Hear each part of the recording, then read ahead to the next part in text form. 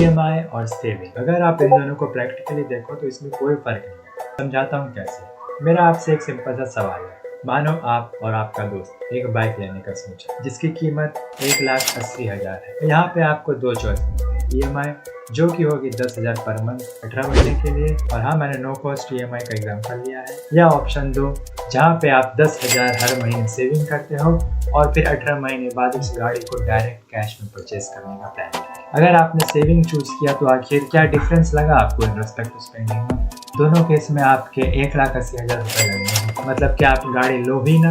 अब इस हिसाब से देखा जाए तो नो डाउट ईएमआई वाला ऑप्शन इज बेस्ट, क्योंकि आपको 18 महीने वेट भी नहीं करना पड़ेगा और 10,000 की जो आप सेविंग करने वाले हो उसको डायरेक्ट एज ए ईएमआई पे करो, है ना सिंपल। तो फिर आखिर ईएमआई को इतना नेगेटिव क्यों दिखाया जा रहा है? आखिरकार ईएमआई भी एक तरह का सेविंग ही हुआ, बस रिवर्स ऑर्डर में। और वी कैन से ईएमआई एक स्ट्रिक्ट तरीका है सेविंग करवाने का। और अगर आप सेविंग कर रहे हो 18 महीने तक तो किसी महीने हो सकता है आप ज्यादा खर्च कर दो, या आपके उस महीने 10,000 का टारगेट भी अचीव नहीं, तो आपको 18 महीने से ज्यादा भी लग सकता है। और वहीं आपका दोस्त जिसने ईएमआई पे बाइक ली है आपके सामने अपनी बाइक से नागपाड़े के राइडर की तरह कट मार के निकल जाए, और आपके दोस्त को देखने के बाद आपको लगेगा कि ईएमआई हो या सेविंग दोनों एक ही बात है, which is correct in this short term case. देखो एक सिंपल सा लॉजिक है यहाँ पे। दुनिया बहुत तेजी से डेवलप कर रही है पर लोग अपने डिमांड उस स्पीड से पूरी नहीं कर पा रहे। अगर आज आपने आईफोन 15 लिया है तो जब तक आप उसकी ईएमआई कंप्लीट करोगे तब तक आईफोन 20 लॉन्च हो गया होगा, और नहीं तो एप्पल का कोई न्यू गैजेट मार्केट में आ गया होगा, एंड इट कंटिन्यूज। और आज की जनरेशन को देखा जाए हम सबको इंस्टेंट रिजल्ट चाहिए और इसकी आदत लग चुकी है। अगर पैसे कमाने हो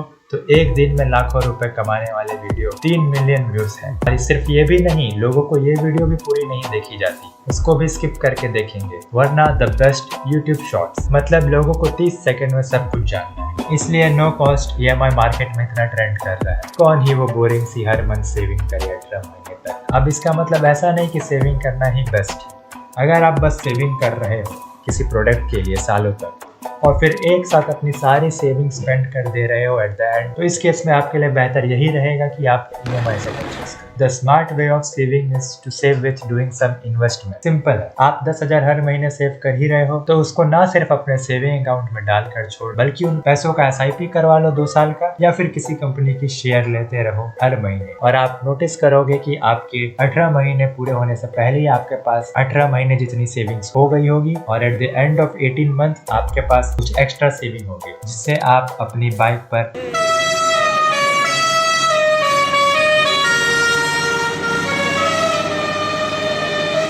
ये ट्रक वाला हॉर्न लगाकर ट्रक वाले को टक्कर दे सकते, और वो ट्रक वाला और कोई नहीं आपका राइडर दोस्त ही होगा जिसने अब ईएमआई पे ट्रक ले रखी है। बाय।